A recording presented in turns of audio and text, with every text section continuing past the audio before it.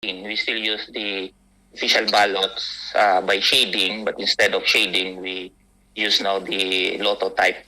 So after the shading of the ballots, after the close of polls, the the electoral board will now arrange ayusin nila yung setup nila with the projector and the bar scanner. So once it is already prepared, nakalagay na, automatic it will display on the projector the tally sheet. The tally sheet, if you notice, this is similar to the tally sheet that we are using, and then you have here the clustered precinct number, this clustered precinct and barangay, and so on and so forth. And then the number of registered voters and the number of ballot scan or ballot voted is 650. We presume na hindi naman 100% yung voting doon. So we have also a counter of the ballot scan that is 650. So initially, since wala pa tayong nasa scan na ballots, all the votes are zero. So lahat naman dito, we just, example lang is president, vice president, votes all zero. And then the the electoral board now will scan the voter's receipt. So once the voter receipt is scanned, the official ballot image, which the voter corresponds to the voter's receipt, will be reflected on the screen.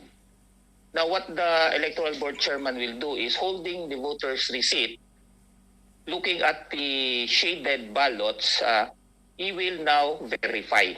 The electoral board will verify whether the one that appears in the voter's receipt is the one shaded by the voter. So in this example, he shaded number 2 candidate, Ambrosio Ginto, for president, and number 4 candidate for the vice president. And then if once the electoral board has already verified that it is same vote as appearing in the ballot image and the one holding with the voter's receipt, then after that one, you will click the accept button. So after verifying, then the electoral board will click the accept button. Once it is accepted, then automatic it will tally. If you notice, there is a tally vote for Jared and a tally vote for Claridad Case.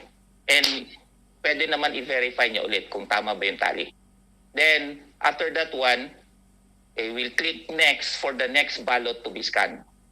For the next ballot to be scanned, then click get the other voter's receipt, then ballot scan.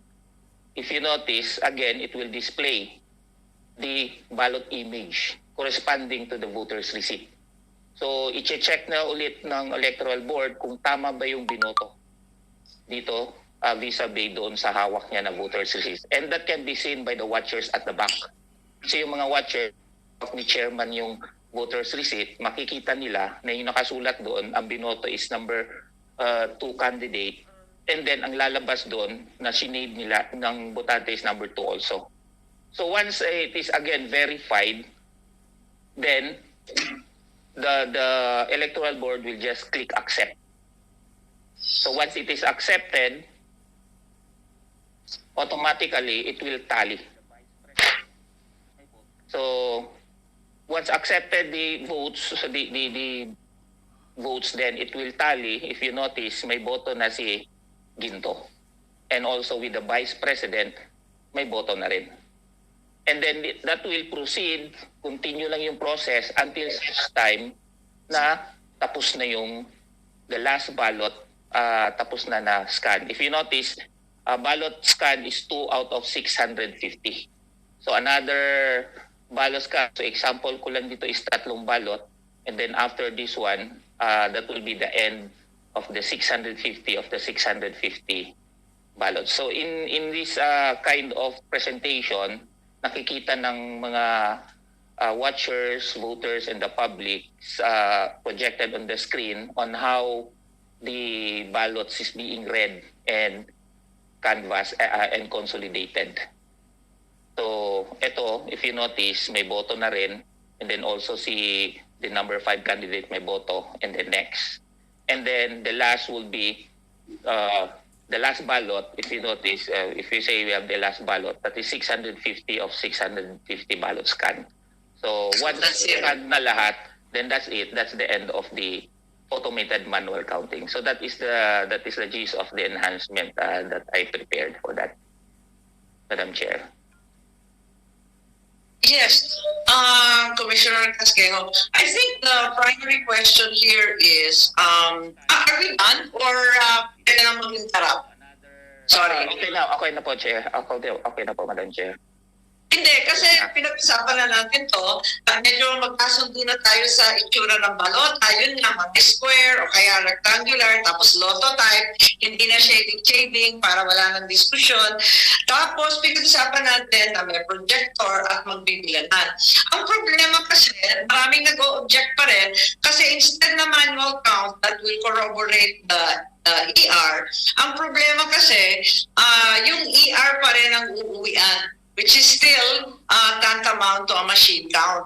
So yung hinihingi ng iba, yung actual manual count doon sa projector, laban sa pinasubo sa machine.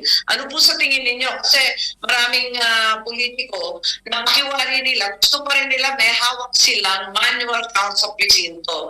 Whether through projector or yung tara-tara system ng ating mga guro na nasa chalk at blackboard. Ano po sa tingin ninyo? Kasi pareho rin electronic yun eh. Yes, Madam Chair. We can include that in the transmission, yung tally sheet. So we can include that in the transmission tally sheet so that they can download it and then they can have it printed.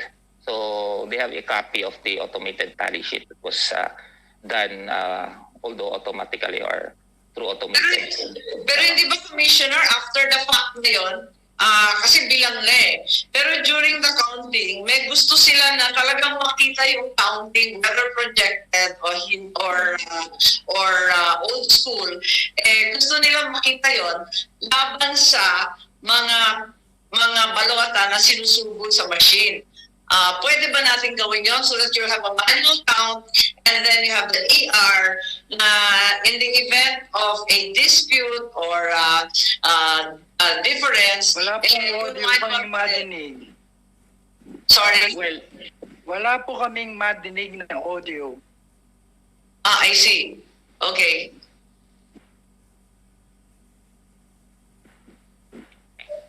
Well, Madam Chair, that is also possible. That will be a count of the automated and the manual. But we need additional manpower for that because aside from doing the scanning and also the manual counting, you need additional manpower and also additional budget for the additional paper. Well, but that is possible. I cannot hear any audio. Magkaroon tayo ng parallel manual and automated counting. Yes, Dr. Nalastas, dinig na dinig namin kayo. Yes, Commissioner. Pero di ba dati namang nagagawa natin yan with the teachers, even without the digital at that point in time? Since 2010 elections, wala na tayong manual tally sheet. Kasi ang equivalent doon is yung ERs na lang, election returns na lang ang equivalent doon. And then automatic seconds, tapos na. Tama, everything went not to the automatic and automated. I wanted to ask also, yung iba naman may duda kasi nagkaroon na tayo ng discrepancy between the resibo and the ballot. So, is it possible na tulad ng grocery, lagyan na lang ng barcode sa balota? Yung barcode kasi natin, it was implemented in 2010, 2013, 2016. Ngayon lang sa 2019, parang nag-enhance yung yung balota natin. We use the QR code. So we can always go back to barcodes naman. Wala namang problema doon kasi it's just more on yung maraming laman lang kasi yung QR code, but there are things naman doon na laman na hindi naman kailangan. So we can always go back to the barcode of the balota, ating official ballots. Yes, I think yes po, we'll leave it to the technical people. The barcode clearly is infinitely simpler. But what I'm asking po is... I have lost audio. Yes, Doctor, we can hear you po. what I was asking Commissioner po is the distinction kasi dun sa balota, wala naman siyang barcode or QR, nasa receipt. What if we put it also in the ballot para wala nang duda na iba yung content ng resibo at iba pa? Sa 2019, Madam Chair, we have QR code both in the ballot and the voter's receipt. And if babalik tayo sa barcodes, wala nang problema. It will be easier and simpler pag barcode naman. Kapag barcode, pwede kahit dalawa, di ba? Yung balota mismo at yung resibo mismo, may barcode Yes, na yes, tama po. That's right. Kasi yung QR code naman ng balota at saka yung voter's receipt, pareho lang din. That's the same. Kaya kung minsan nagkakaduda kasi hindi nakikita doon. Sabi na may ibang lumalabas sa number. Yes. Masyadong suspicioso Pilipino eh. Ano ba kapag ang kinatatakutan ko ngayon, Commissioner, wala tayong pera dahil nauubos yata sa COVID. Kapag walang pambili ang gobyerno para sa ating projector, yung ating first option, yun talaga gusto natin, no? I-project lahat makikita, no? It's yung Paul Watcher sa likod.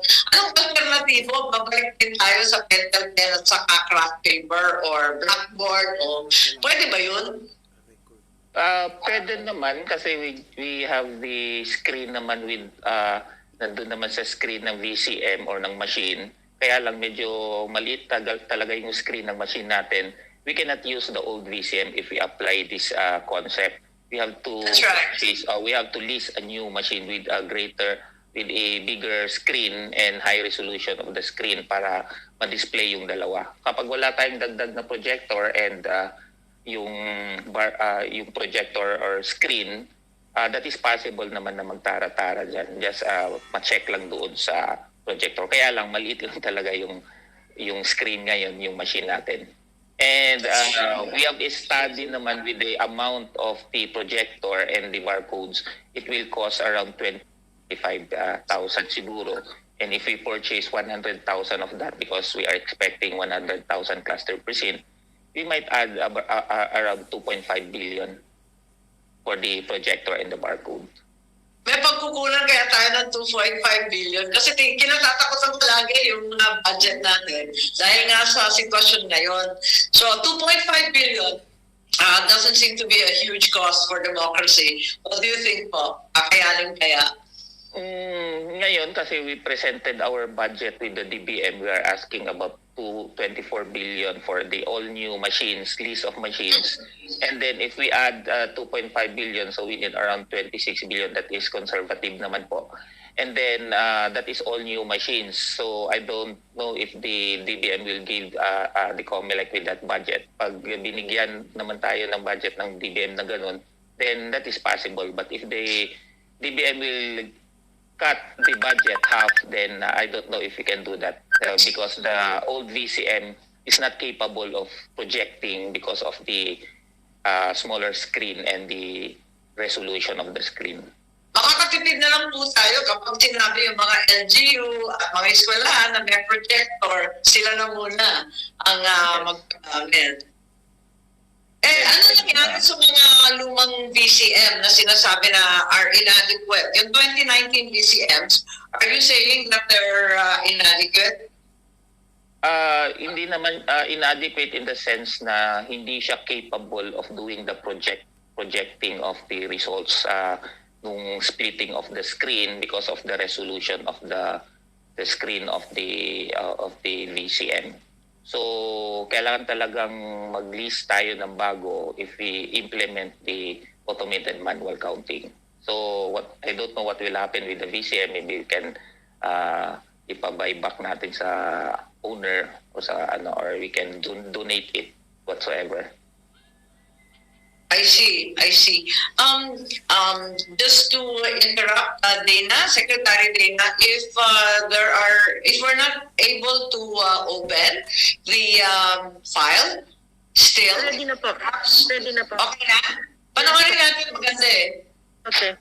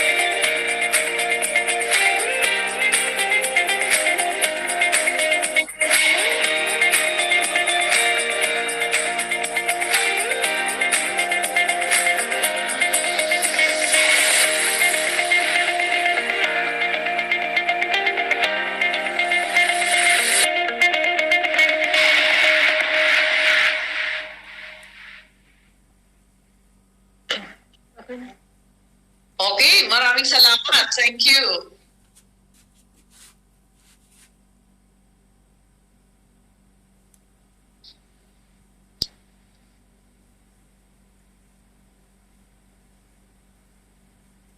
Dana?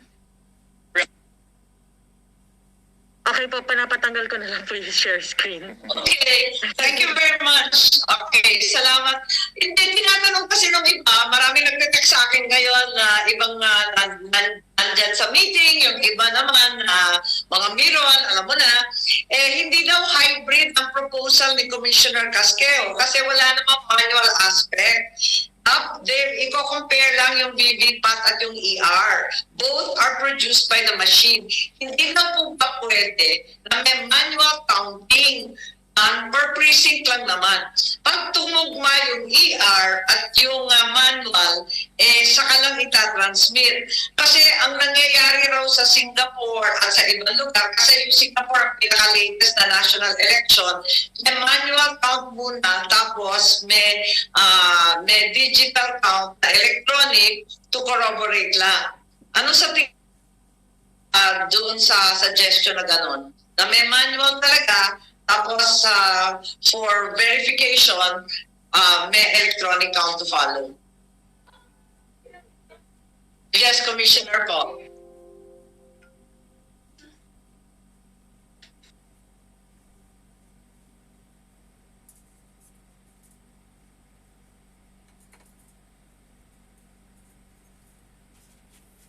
Yes, Commissioner.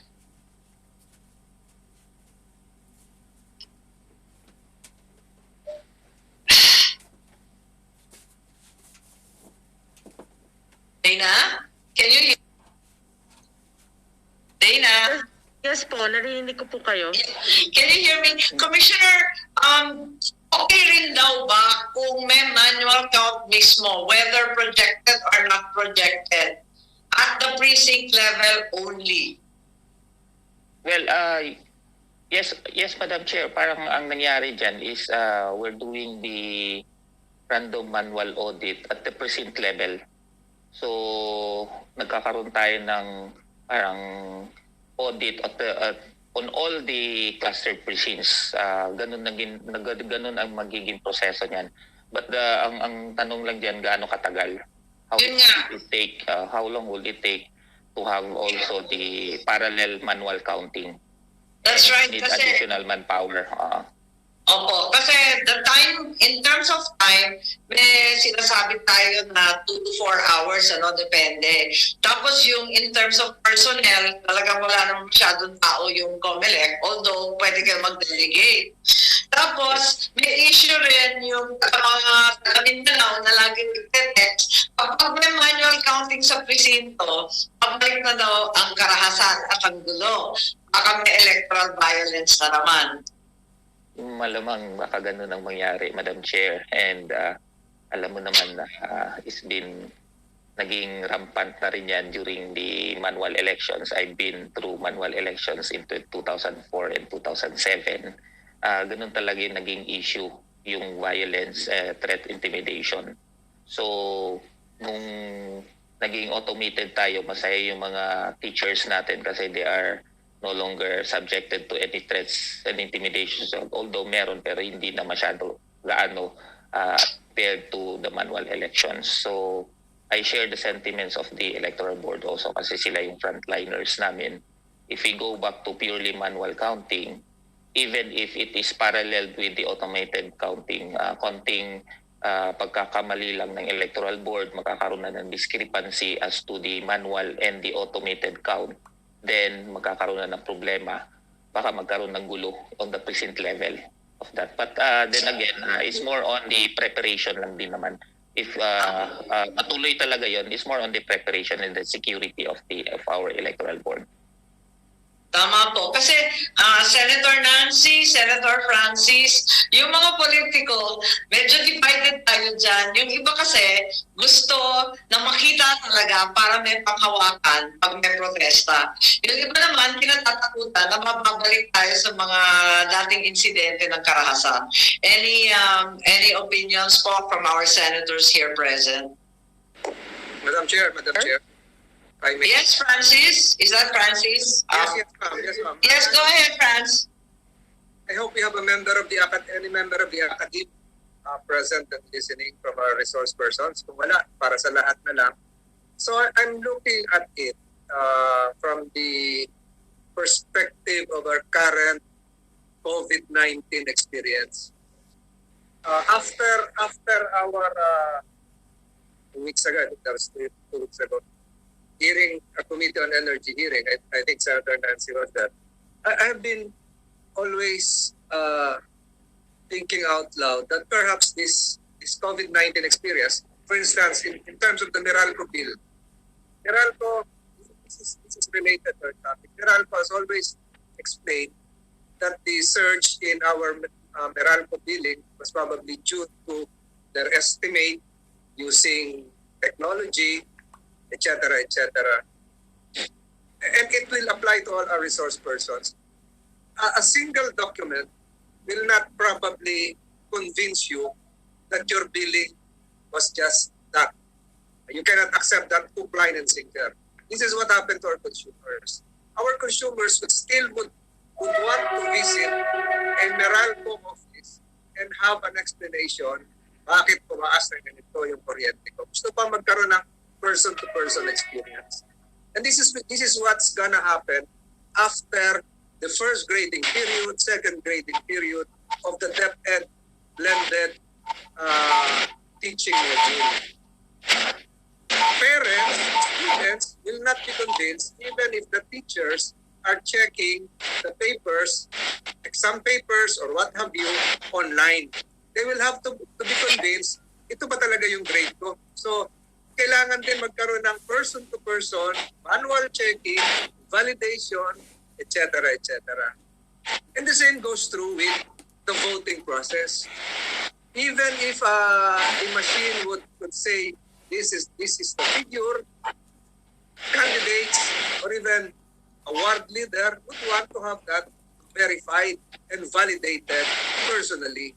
And you cannot do that. You cannot have a validation as to the number of votes talking to a machine or even a teacher or the head of the Bureau of Board of Election Inspector. So I'm with the chair, I'm with the sponsors on having a hybrid insofar as the validation is concerned.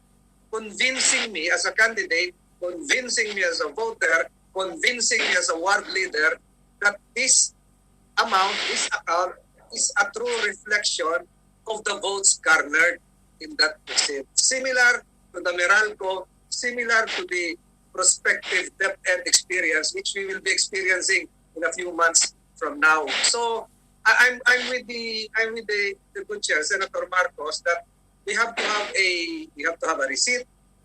But the bottom line is to convince personally the voter or the other members of the general public that this reflect the true will of the people in that particular voting center. Yun lang po, Madam Chair. Yun lang po, naka-off pala yung ano ko. Naka-off pala yung video. Oo. It just goes na hindi pa tayo technology savvy. But in this time, given this COVID experience, pati yung mga yaya, yung mga nasa bahay, dahil mag-online po yung mga bata, talaga matututo sa computer yan. Pero again, the bottom line here is the transparency which we have done through the years. Nakikita po natin yung bilangan kahit hanggang alas 2, alas 3 na. Kinagistan din na po yan, ma'am. May mga dala kaming termo sa presinto, kape, para manood lang ng bilangan. Lahat na po natin nakita ko na po lahat ng eleksyon. Salamat po. Thank you for your support, Francis. At tama po yun. Talaga gusto talaga makita yung actual. Senator Nancy, thank you. Madam Chair? Yes, please, Nancy. Madam Chair, gusto ko lang balikan yung nabanggit ni Commissioner Marlon na 24 billion.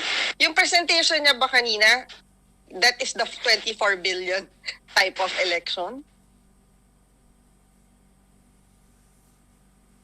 Madam Chair, yes, I guess that would be the amount because we have to raise a new machines for that. We cannot use the old VCM. Although in my presentation we just use the VCM, but in reality we cannot use the old VCM. It's not capable of projecting split screen for that.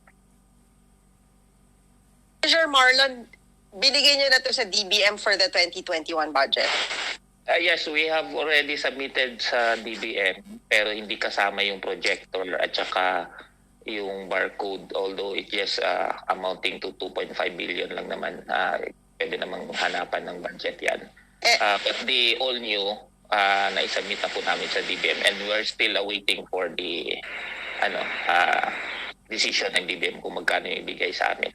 And so far, wala pa kayong feedback kung... Wala kasi pa alam naman ho natin na money is very much a problem Yes, po. ngayon. So, ang laking amount ho ng 24 billion. And just in case that DBM will not, cannot give you that amount and hindi ho kakayanin na mag-hybrid, magkano ho yung cost if you just do the usual way of conducting our elections? If we reuse the vote counting machine that we used in 2019, we have to refurbish it, we have to recondition it and repair it, and then we have to enhance the software. We have our budget, maybe it will cost half of it, half of the 24 billion that will be needed for using the same machine. If we go entirely hybrid or manual, balik tayo manual, even the transmission, manual pa rin tayo, mas maliit yung budget natin. Pero manual tayo, back to 2004, 2007 type of elections, mas maliit doon. Kasi ang nakamahal lang naman doon yung machine mismo eh. Okay. Yun lang, Madam Chair, kasi alam nga natin na yung funding source will be a problem and ayaw naman natin na pag pinasa natin to, magiging isa siyang unfunded na batas na alam naman natin, kadalasan ganun ang nangyayari. Yan lang po, Madam Chair. Yes, tama po. I quite agree with that. And next month na yung budget, kaya abala yung mga senador dyan dahil baka hindi nga mapondohan sa dinamig-dami na kinailangan para sa COVID response. I think there are also comments from Eric Alvia and a number of those who are here na in fact, yung mga laptop at yung mga pangkaraniwang gamit, talaga naman mako-configure yan to be able to project also, no? To be able to help us, even with perhaps old VCMs. I don't know. I think there needs to be a technical examination of all these statements, and we have to figure out how to do that. The other question kasi, with Commissioner Marlon, tinatanong rin sila, ilan ba talaga yung server? Kasi nabanggit kanina yung central server, transparency server, bakit daw 3, 4 at 5 ang nababanggit na iba't ibang server? Bakit kinailangan yung napakarami? Hindi pa pwedeng completely linear yung pagtatransmit nito. Doon lang sa presinto, may 2, manual to be verified, tapos magiging ER, yun na ang itatransmit. Bakit daw ang daming pupuntahan? Ang pupuntahan talaga after doon sa clustered precinct, sa presinto mismo, ang papuntahan doon is, una is doon sa server, doon papunta sa consolidation, doon sa canvassing center. Next is the transparency server and then the central server. Yun lang talaga ang pinupuntahan ng resulta natin coming from the precinct level. Yung sinasabi naman nila na may server daw doon sa transmission, it's a technical solution which was discussed even in 2019 with the CAC and the steering committee, and even it was decided by both the PMO and the steering committee and the CAC that it's a technical solution. Kaya nga tinawag lang namin yun as a gateway. Parang it's not a server, it's a gateway para mabilis at walang nawawalang resulta coming from the precinct level going to the 3 servers doon sa canvassing center, doon sa transparency, tsaka sa central server. It's a technical solution, yung sinasabing 4 na server, which even it was discussed doon sa meeting namin. With all due respect po, noong 2019, ako'y tumakbo noon, meron po kaming blackout ng 7 oras. Apparently, this technical solution is not a very good one. Iba naman yun, Madam Chair. So iba naman yun, Madam Chair, kasi ang naging problema doon is not the transmission coming from the precinct level. Kasi yung precinct level nagtatransmit doon sa transparency server. May findings naman si PPCRV doon na continuous pa rin yung transmission sa transparency server. Ang naging problema lang doon, nung pagkuha ng data from the transparency server, papunta doon sa IBP, sa KBP, at doon papunta sa mga media. Doon ang nagkaroon ng problema. It's not kasi yung transmission from the precinct level, diretso doon sa, hindi naman ganoon yung transmission, kundi doon sa transparency server. And may findings, as I said, may findings yung PPCRV naman doon na continuous yung transmission doon sa transparency server. Nagkaroon lang talaga ng problema nung pagkuha ng data from the transparency server papunta doon sa individual KBP medias and the media and the PPCRV. Doon nagka-problema. And again, hindi siya na solusyonan agad because at that time kailangan talaga ng NBank approval yun, and it happened gabi. Although we discuss is through Viber na lang kasi hindi naman makapag-convene agad ang NBank at that time. Kaya medyo nasolusyonan siya madaling araw na at nasolusyonan din naman namin. Okay. Kanina pa nag-wave si Jeffrey Ian D. Tama mo ba? You had a question, Jeffrey D. Hi, Senator Amy. My name is Jeff. I presented for the JCOC for the 2016 elections. I was requested by the Senate President to be present in the technical working group. So I guess it's in the YouTube, but in that presentation, we did testify at in-affirm naman ang members ng technical working group na yung sinasabing, I don't know what it's called, pero yung sinasabing intermediary server used in the 2016 election and I guess also used in the 2019 election. It's not purely routing because it changes some elements of the packets. So I guess ang issue kasi doon, babalik tayo sa transmission na hindi pa natin dinidiscuss, ang dinidiscuss pa lang natin counting. Ang pinag-uusapan kasi dyan is yung transmission route mo na secure.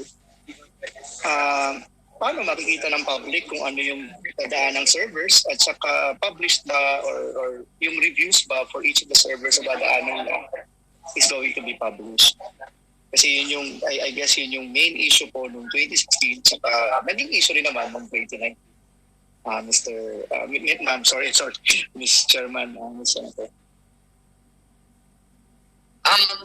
Would the COMELEC care to answer? Commissioner Marlon, please. Yes, Madam Chair. Bago namin in-implement po yung sinasabing router namin as a technical solution, we have a meeting with the CAC for that, for the advice. And then yun na nga sinabi ko, unanimously sinabi naman nila is just a technical solution. And during the trusted build, hindi ko pa nga pina-trusted build yung sinasabing router or transmission router kasi we need approval from the CAC and approval from the NBank. Nung na-approve na ng NBank at ng CAC yun, recommended by the CAC, that's the time pina-trusted build ko. So it is known to the public that there is a transmission router at that time. And not only that, kasama siya sa local source code review. Pinasama namin siya sa local source code review and then wala naman silang nakitang mali siya or ibang mga codes doon na inserted sa code. So we did our best to be known to the public, to the techie persons na alam nila na dumito sa CAC consultation and NBank resolutions as well as trusted build and also the local source code review.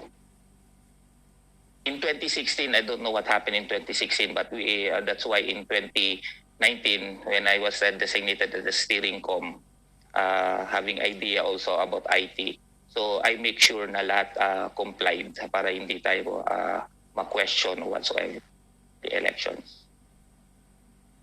Yes, I seem to see in the thread, Attorney Hubert and Jeffrey B.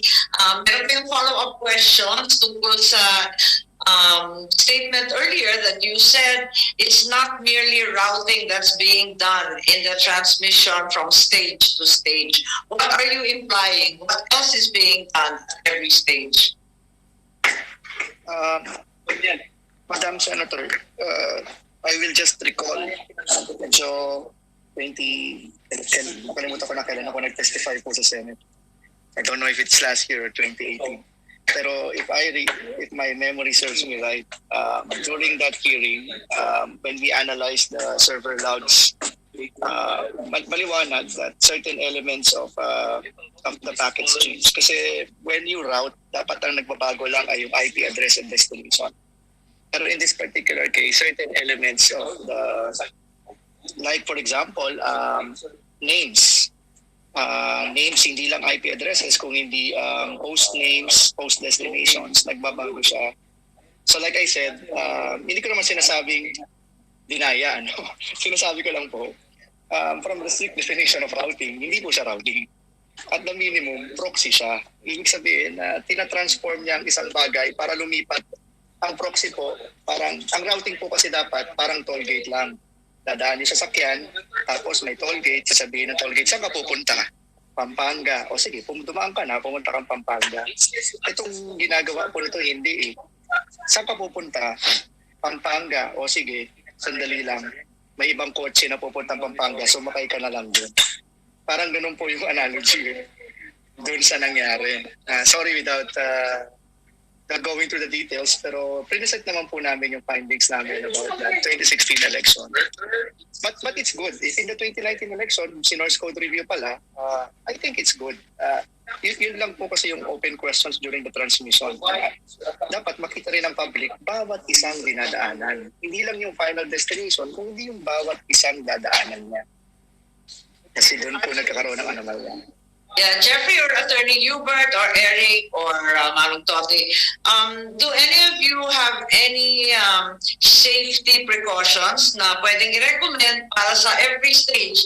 Alam natin that the info package being transmitted is identical and not changing, as you said, including host names and so on.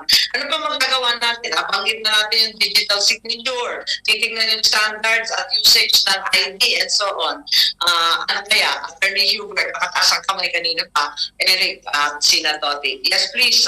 Attorney Hubert, nauna.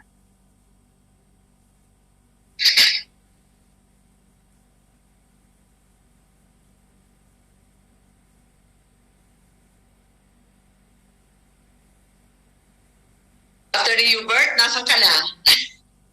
Wala.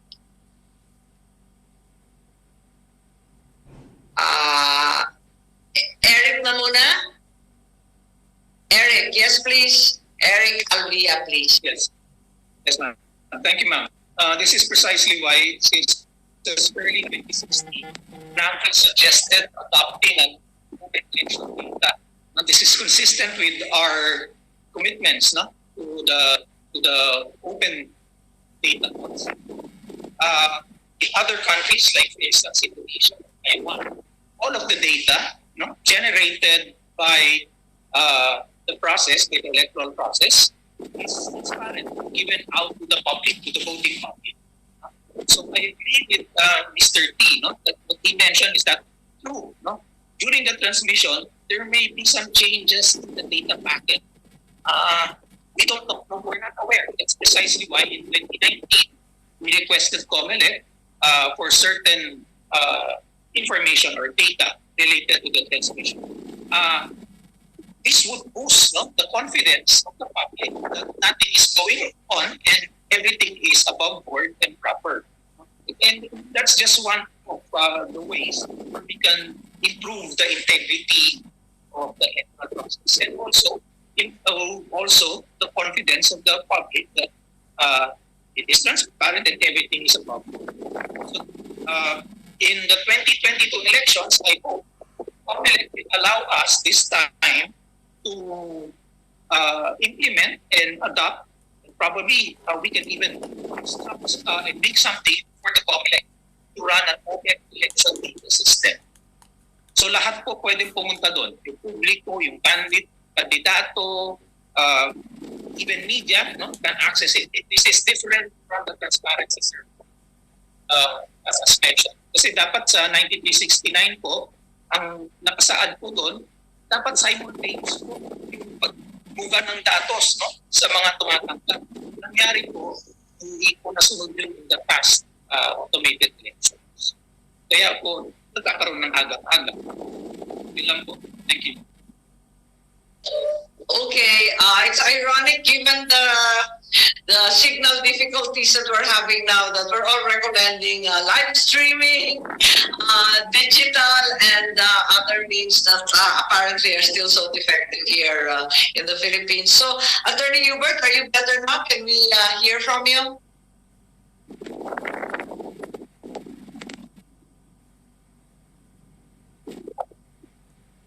Yes, Attorney Guevara, please.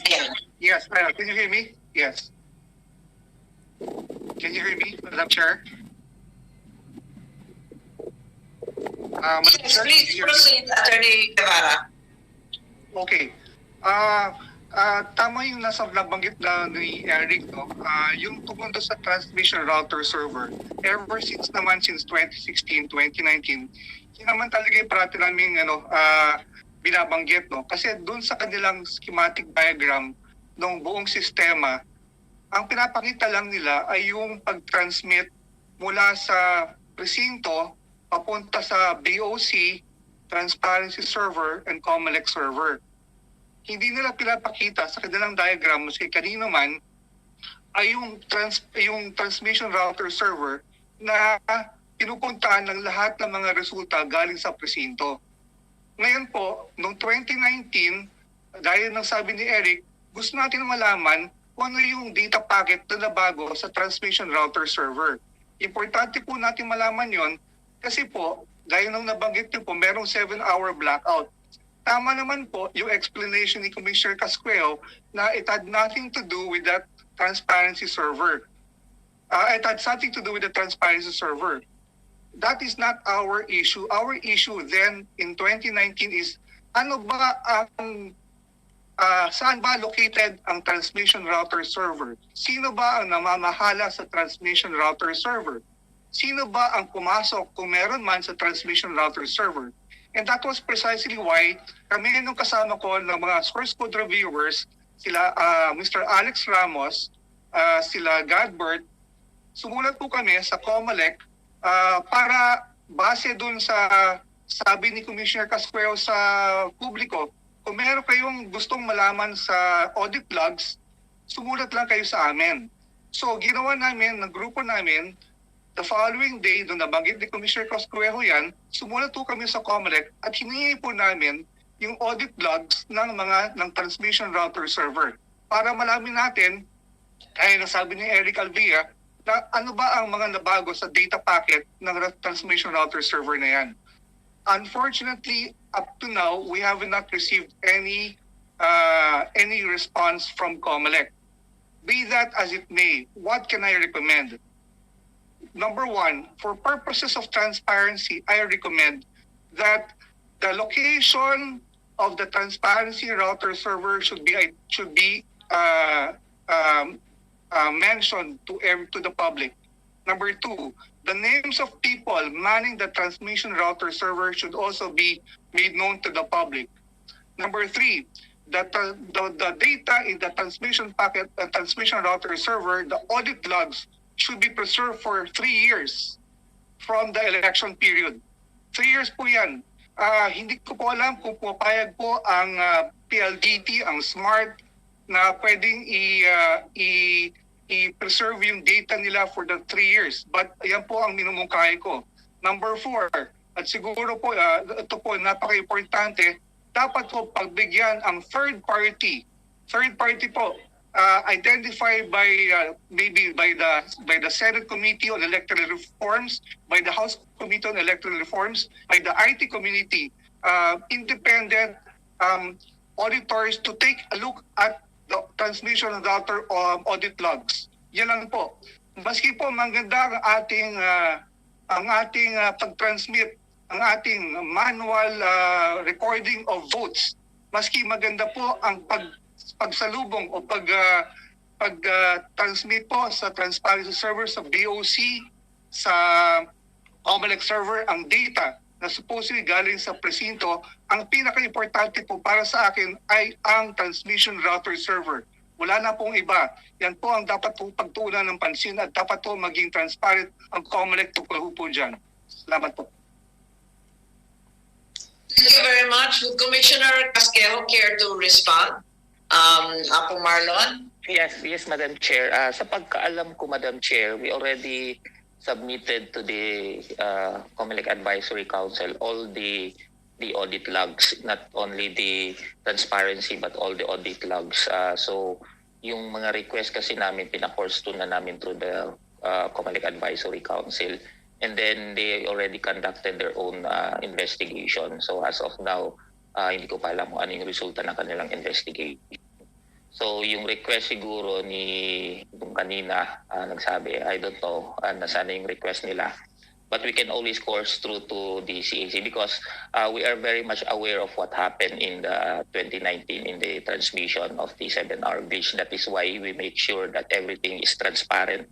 So lahat ng mga audit logs pinapakita namin, and then the request is through the COMELEC Advisory Council na yun ang ginawa namin. So I don't know what happened to the request of the gentleman a while ago. And with regards to sa kanyang suggestion, we are open naman for suggestions. In fact, we already have our terms of reference for the transmission. And again, we give that to the CAC through the Secretary of the ICT, Secretary Nasan, of our terms of reference. You can always ask the ICT for that. And even the PPCRB also give the terms of reference. Just maybe you can look at into the terms of reference and then you can insert your comments and suggestions so that we can adjust with our terms of reference for the transmission. Yes, Commissioner, meron pong kopya niyan, yung terms of reference. Bago po yan for 2022 or Yes. are those the same terms as previous elections? That will be for 2022. May mga binago kami doon to prevent the 7-hour glitch as to the server, as to the end user or the end laptops. Kasi nangyari kasi doon, suspect namin kaya nagkaroon ng parang 7-hour glitch, getting data from the transparency server going to the media entities. Sila yung nag-provide ng kanilang mga laptops and everything. So maybe there's an issue of something like incompatibility whatsoever. So we include that in our terms of reference. And not only that, we also include in our terms of reference that the voters' receipt will also be transmitted to the transparency server, and that is open for download by anyone. Yung voters receipt in every clustered precincts para kung maka-download sila ng kanilang voters receipt, they can conduct their own manual counting for that. So may mga other enhancement pa doon with the TOR, and then we are willing to provide copy dito po sa hearing na to after this. You mentioned po there was an investigation, but that was only an internal investigation. Ang COMELEC rin ang nag-imbestiga sa sariling COMELEC.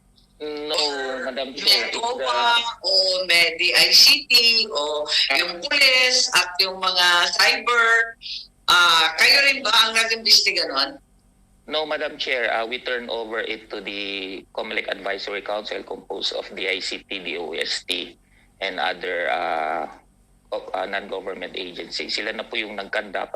We have no hand on how they conduct the investigation.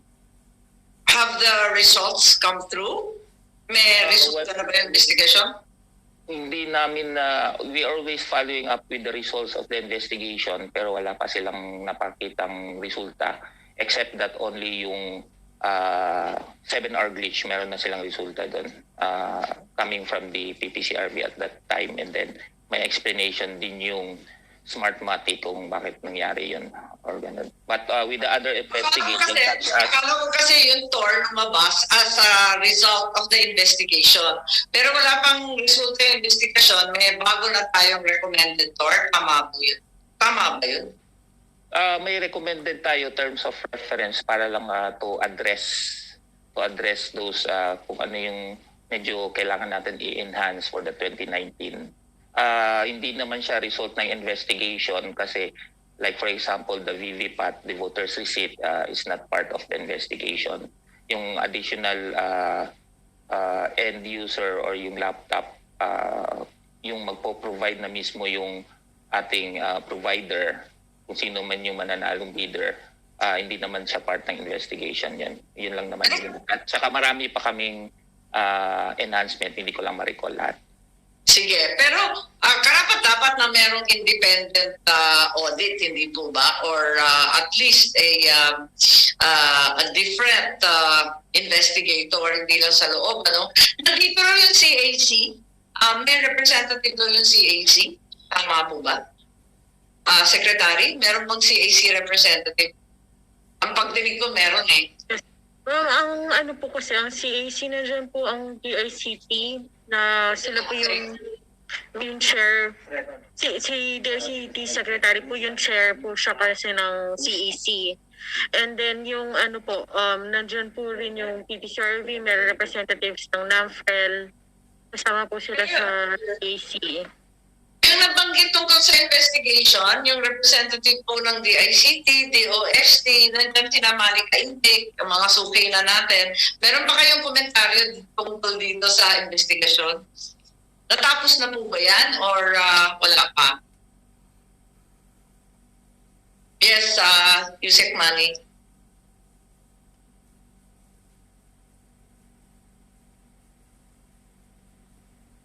Sorry, Dana, hindi ko marinig si Yusek Kaintek. Hello, ma'am.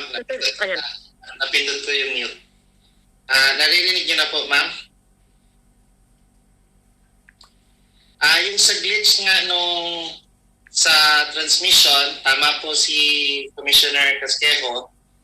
We're basing it on the PPCRV audit kasi sila na rin po ang nag-umpisa talagang mag-analyze nun.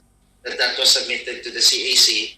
Dun sa mga VCM, in one of the meetings last year, initially we thought of having the PNP and the NBI do the investigation. However, it seems that they are restricted with the fact that there has to be a formal complaint kasi the process of them kasi doing an investigation, it has to be in the context of a complaint. So wala namang complaint because this is like an audit. So I believe the last meeting of the CAC was that parang parehas dito sa sinasuggest ngayon, we are in the process of securing an independent audit instead. The CAC will recommend getting the services of an independent audit. But unfortunately, ma'am, mula nung nag-COVID, hindi pa kami nakapag-convene ulit. So perhaps that will be one of the things that we are going to tackle in the next CAC meeting. Thank you po, Mr. Chair. Madam Chair. Yes, thank you. Maasahan ba ni Attorney Guevara at sina Alex Ramos at yung iba pang narito na masasagot yung kanilang query tungkol doon na nga sa 2019? Sige po, Madam Chair, we will make it a topic in the next CEC meeting na mapa-secure yung pagkuha ng external audit po, Madam Chair. Thank you po. Okay, thank you. I think Toti Casino and Nelson Celis wanted to speak. Is that correct? Toti, please. Thank you, Madam Chair. First off, dun sa design ni COMELEC for the pre-printed ballot, what are the safeguards to avoid the overvote? Because in the last election in 2019, there was a reported like 6 million to 7 million ballots were nullified because of overvote. And in 2016, about 2 million were recorded as overvote because of the pre-printed. Why the option to go hybrid is to do away with the pre-printed ballot so that the number of spaces provided for are exactly for the number of positions. That's one. Second, in the last election in 2019, COMELEC said that there are 17 regional hubs. and in 2016 they had 12 regional hubs. What are the functions of this regional hub? And in spite of that, you still have a transparency server. Because as far as we in Philippine Computer Society are concerned, with the 17 regional hubs, and thank you for the explanation of Mr. D, Deputy D, with the proxy server, you can be able to track down the transmission to the website so that to do away with the projector and to save government money from the projector, everybody already has a mobile smartphone that will show the display of the results by a website. They can already see the tally per precinct, per municipality, per province, if that regional hub will operate that way. And that will be cost a lot of substantial savings. Instead of spending 24 billion for the 2022 elections, Comelec might only probably budget something like 10 billion.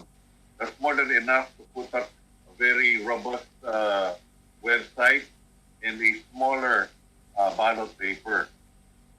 That we see, and to do away with the transparency server, because people can already see it instantaneously, the results that has been transmitted to digital certificates issued by the Department of ICT, that the posting on the website are secure, provided also that they use VPN or virtual private network. That way, the transmission is already closed in. It will not be intercepted by any other hacker. So we feel that with the regional hub that the Comelec did last 2019 election, that is more than enough power to ensure that the results as it's already been seen on the precinct can be posted on a website at the precinct level. Not only that, it even accounts for every candidate, the number of votes that each candidate has garnered, be it in the local or in the national position. That is all, Madam Chairman. Thank you. Okay, thank you very much. And I suppose our Comelec is also here so they can respond. Perhaps the burning question, ano nga yung 17 na regional hubs na nire-recommend natin? Anong kayang gawin? At talaga bang functional lahat yan? Dahil marami tayong nababalitaan na parating nagtalanding sa Santa Rosa kung saan man yun. Kahit sa dulo ng daigdig ang pinaggalingan. Yes, Commissioner Po. Yung regional hub, actually it's a regional technical hub. Ginawa namin yung regional technical hub in anticipation of possible defects of the SD cards or damaged SD cards or corrupted SD cards. So once na may damaged SD cards, tatakbo doon yung electoral board bringing with him or her the SD cards, and then doon i-contact ng DOST, that is man actually by the DOST, ko-contact doon, kukuha ulit ng bagong configuration from the Santa Rosa memory room, and then doon ipapadala doon sa regional technical hub. Yun lang po yung purpose ng regional technical hub. But again, the suggestion of Attorney Toti is much very well taken. Pwede naman din natin dagdagan natin yung functions ng regional technical hub para maging transparent yung elections natin. But for 2019 elections, yun lang po yung naging function ng regional technical hub. And hindi naman din Comelec yung nagmamando doon. It's the DOST personnel just to make sure na may talaga transparency at accountability. I see po. Matanong lang, magkano yung purely manual na barangay elections nung nakaraang taon? Hindi ko kabisado yung amount. Ang malaki lang kasi na bulk doon na amount is the salary or the honorarium of the electoral board, kasi yung number of cluster precincts natin is it will increase thrice kasi 400 registered voters lang ang pwedeng i-cluster doon. 400, 300. So ang bulk of the payment will be the electoral board, which is pareho din sa babayaran yung amount ng each honoraria nila, ganun din. Pero hindi masyado malaki as compared to automated elections. If the chair may request kung magkano yung purely manual, para may idea po kami dahil sa susunod na buwan, budget time na, at yun nga, nakapending na yung 24 billion para we have a basis for real comparison and true judgment. Kung ano nga ba. Kasi kapag hybrid ang sinabi, parang nagbawas ka ng automation, dapat magmura rin. Kaso, mukhang magiging mas lalo pang mahal imbes na nagbaba yung presyo. Parang kabaliktaran ng mangyayari. Yes, Madam Chair, kapag nag-hybrid tayo, meron tayong laptop and everything, transmission and everything. Mas mahal siya as compared to the existing system or compared to purely mas mahal po yung hybrid system. So marami pa kaming backlog sa mga requests for information from COMELEC. If I could just push, I'm aware that some of these items were actually considered at the unbank today. But lang dagdag na lang yung request na for the budget of the previous purely manual barangay election last year. So, gusto ko rin tawagin sana kasi hindi pa nakakapagsalita yung telco. Mukhang may mga representative rin dito, yung Globe, yung Smart. I think perhaps they would have something to tell us.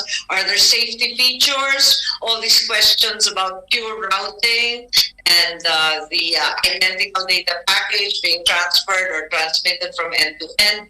Can we hear po from telcos, Secretary Dana, sino ang representative ng ating telco?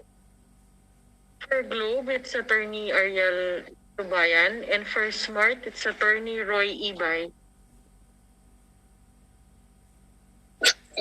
Good afternoon, Madam Chairman. Am I heard? Yes, good afternoon. Afternoon po.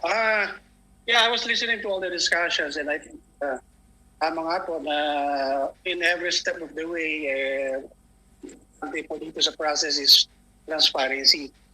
And then I was also listening to a suggestion where are being asked to preserve the data logs para naman po mapapakita po ito. Kasi sa amin po, in our contract with the providers, the Smartmatic, we collect those logs, provided them within a certain number of days. And then by law also of the National Telecommunications Commission, usually we preserve data logs only up to a maximum of period of 4 months. But if the COMELEC directs us to have a longer period to preserve these logs, then we will comply, Madam Chairman. You said that the data logs were only supplied to Smartmatic, not to COMELEC? Our client, Madam Chairman, is Smartmatic. We don't have a privity of contract with the COMELEC. So we just provide the transport, the connectivity between the precincts and the servers of our client, Smartmatic, Madam Chairman. I see. And apropos of the earlier discussion, yung nagkakaduda from stage to stage na yung data packet is not the same. Are there, in addition to data logs, any other safety features we can add, perhaps, or other records we can check to make sure that this is the identical packet? Yes, Madam Chairman, I think in addition to the independent audit of the source code by third parties, I think it's also possible to have a deep packet inspection to determine the packets, actually a random deep packet inspection. So it may be recommended as one of the technical audits to be done in addition to the source code audit, Madam Chairman. Sorry, you're recommending an independent audit of source codes by a third party as well as random inspections. Is that correct? Yes, Madam Chairman, to satisfy the I think one of the concerns expressed a while ago is where do the packets go? So I think one way, technical way of doing that is to conduct a deep packet inspection by, I think, independent third parties, perhaps accredited also by the COMELEC, Madam Chairman. Yes, that's right. So, you have any knowledge also of these random servers that have been mentioned? Because there's a great deal of discomfiture regarding more than one server. Why is the transmission not direct to a single server? We were told earlier by COMELEC and the Commissioner that in fact this is a technical solution to a great deal of data. Can you comment on this, please, from the part of the telco? Because you have boasted repeatedly about your capacity to handle great amounts of data. Yes, Madam Chairman, as mentioned by Commissioner Casquejo, it's a technical solution. We provide the connectivity where the servers are at the data center identified. But I also heard that one of the speakers a while ago mentioned that the data center should be identified. But I think the concern there is, what if some unscrupulous persons bent on sabotaging the election attack that data center? So I think that's one of the reasons why the location of the data centers are kept secret before the elections, Madam Chairman. But then we all know that COMELEC is intramuros, but we are not inclined to attack it. Yes, Madam Chairman. Well, I think that because the data resides in the data center, Madam Chairman. So it's actually that site is the most sensitive, because that's where all the data on the elections are kept, Madam Chairman. Yes, you've insisted that your client is Smartmatic, not COMELEC or anyone else, because they are the ones who signed the contract with you. Perhaps would you be able to tell us yung stage by stage, ano ba yung procedure niyan? Kasi nalilito ang lahat ang daming server, parang ang daming router. Paano nga ba to? Siguro kahit hindi ngayon, kung makapag-submit sana kayo, paano nga yung proseso sa pagkaintindi ng ating mga IT at higit sa lahat ng telco na siya mismo ang nag-handle? Yes, Madam Chairman, I think we provided a diagram for this appreciation. Maybe not today, but in the next few days. Sure. Yes. So, thank you. We'd be very grateful kasi hindi naman kami IT at higit sa lahat, hindi naman kami telco engineer din. So, kung maaari, paliwanag na lang kasi nagpakaduda talaga pag hindi mo naintindihan eh. So, thank you very much. And is there any other representative from the other telco? Dana? Good afternoon, Madam Chair. Sino yan? Si Attorney Ibay. Okay. Smart. Thank you. Yes, is there anything you can add to the discussion? I don't want to keep you forever, but perhaps from Smart we can hear some additional safety features kung may ma-recommend kayo. Yeah, just to briefly supplement what my colleague from Globe elaborated earlier, is that we will ensure that similar to what Attorney Tubayan mentioned, that we were both contracted by Smartmatic during the last elections. We are continuously also trying to improve our network availability and our security to ensure the integrity in the coming elections, Madam Chair. So we just wanted to reiterate that the process of upgrading our network to really ensure security, especially now, given that the pandemic caused a lot of us to really work from home, we upgraded a lot of our cybersecurity measures also in order to make sure that the data integrity that is sent through our networks will be adequately protected, Madam Chair. Okay, Attorney Ibay, pero siguro tatanong ko, do you suppose our electoral transmission system right now is as transparent as it can be?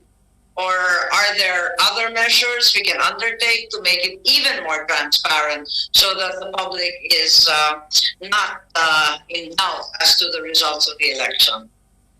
Well, Madam Chair, looking at the data from the past elections, I see that most of the results were actually transmitted during the first 3 hours, no? So what would be very crucial would be the first 3 hours after the polling places have closed. So we will have to probably make sure that current security measures will even be improved to preserve the sanctity and the integrity of the results by then, Madam Chair. You have no comment on the different servers? Hindi ba pwedeng i-simplify yan na isa na lang, paliwanag, makikita ng tao, paglipat-lipat ng data packet, makikita nila na narito na sa level ng region, narito na sa COMELEC, pakipaliwanag na lang po. As far as I know, there is a published data center, but there is a backup data center that is supposedly conveniently hidden or a secret, no? So that whatever happens to the main data center, there's a resilient backup data center that is actually made confidential, no? And as far as I know, I that has worked, no, in the past 2 or 3 elections. And I think if there are other, I'm not a technical person, but if there are other security technical measures that can be adopted, then we're that would be best for all parties, Madam Chair. Okay, thank you very much. Does Commissioner Casquejo wish to make any additional comments? Or yes, Commissioner. Yes, Madam Chair. Yes, Commissioner, kasi medyo kinabahan na naman kami kay Attorney Ibay. Meron na naman secret backup data center. Nakaka-nervous yung mga secret na yan eh. Actually, it's just a backup of all the data in the central server. Just in case na magkaroon ng problema doon sa central server, meron tayong backup. Yun lang naman po yung purpose. Understood. Oo. It's not necessarily sinister po. Yes. With regards to yung pag-preserve, maybe you can include that in our TOR so that the leader will have this preservation of the data logs or transmission log for 3 years. So we will include that, and it will cost maybe additional budget for that. Opo, kasi sa malaki yan. Tama, kasi sa katagalan ng electoral protest, alam naman natin na imposible yung formats na sinasabi. Speaking of which, meron ring interesting na formulation dito sa recent last week Singapore election. It's the latest of the national elections. Meron silang automatic recount provision. I don't know if that would work here. Kapag 2% or less ang difference between the two top candidates, may automatic electronic recount. No protest needs to be filed. Magre-recount talaga. Would that be very onerous, or would that simplify the backlog of protests that we have at COMELEC? Well, that is advantageous to the COMELEC kasi pag may automatic recount, kapag may discrepancy of 2%, siguro kasi it's advantageous to the COMELEC kasi that is to declog all election protests. Kasi pag nakita naman doon na wala namang discrepancy or hindi siya we can automatically dismiss it. So that is possible. But then again, siguro baka kailangan ng batas yan or a resolution from the COMELEC for that purpose. Yes, thank you. Kasi alam namin nakatambak sa inyo, napakaraing kaso. And we're very grateful, Commissioner, and to the COMELEC for your openness to all these suggestions. Napakaraming suggestion talaga. Sana, inaasahan ko sana, nagka-run through tayo nung recommendation ninyo na COVID nga lang ang buong mundo. So as a result, we have to work on a TWG. So siguro magra-round up na lang ako na sana magpadala. Ayun na siguro, Commissioner Casquejo, your your representatives should be part of the TWG. In addition, of course, yung Senate panel, yung ilang representatives sa amin. At siguro magkukumbida na rin tayo ng DICT, DOST, at syempre kinakailangan magkaroon ng konting forum sa lahat ng stakeholders. At higit na lahat, yung mga IT expert, magkukumbida tayo so that we can convene at TWG. Dahil ang pangako natin na by the opening of session, end of July, may isasubmit na tayong hybrid report. So, kailangan yon. Medyo aggressive yung deadline natin, so I'd welcome all your help. So, Secretary Dana, we need to put together a TWG at importante that we get the best and the brightest to help us formulate this. Okay po, ma'am. Okay. So,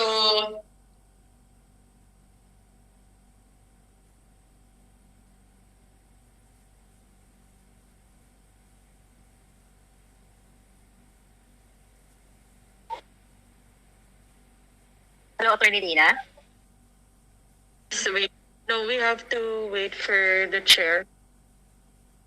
yes. So thank you very much. I'm just rounding up and tasking that in fact, maraming salamat sa lahat ng dumalo at medyo talagang na-COVID tayo. Hindi tayo nakapag-run through tulad ng gusto namin sana ni Commissioner at ng buong COMELEC, pati si Commissioner ko. Nagpapaumanin po tayo. But thank you very much for being here. Anyway, let us put together a TWG at the earliest possible time. And to all of you, let us have the best electoral process that we can muster. Thank you very much, po. Thank you, Madam Chair. Thank you. Thank you, Madam Chair. Thank you, Madam Chair. Thank you. Thank you. So much po. Senator, Attorney Dina, salamat. Thank you very much. Thank you, everyone. Alex. Thank you. Thank you very much. Bye-bye. Bye, guys. Can I leave?